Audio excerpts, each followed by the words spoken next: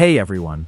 Today I'll show you how to add a glow effect to RichTextLabel in Godot. Let's light things up. Alright, first up, let's add a SubViewport to our scene. It's like opening a new canvas within our main canvas. Cool, right?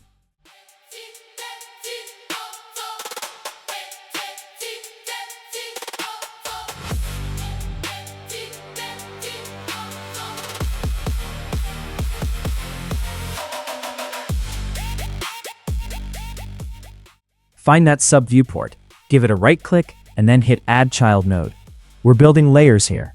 Next, let's bring in a RichTextLabel. This is going to be where our glowing text magic happens. Alright, click on that RichTextLabel, and in the text box, let's type something awesome. Now let's make that text pop. Scale it up, make it big and bold, so everyone can see it.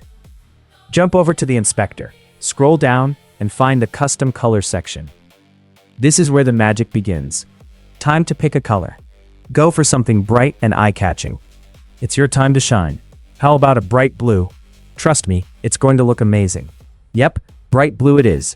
This will make your text really pop against any background. Now for the font size. Let's crank it up. Set it to something like 72. Go big or go home, right? Boom.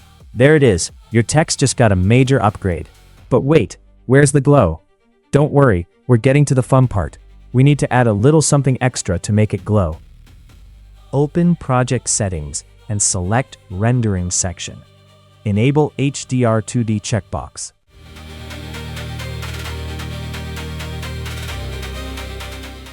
We're almost there.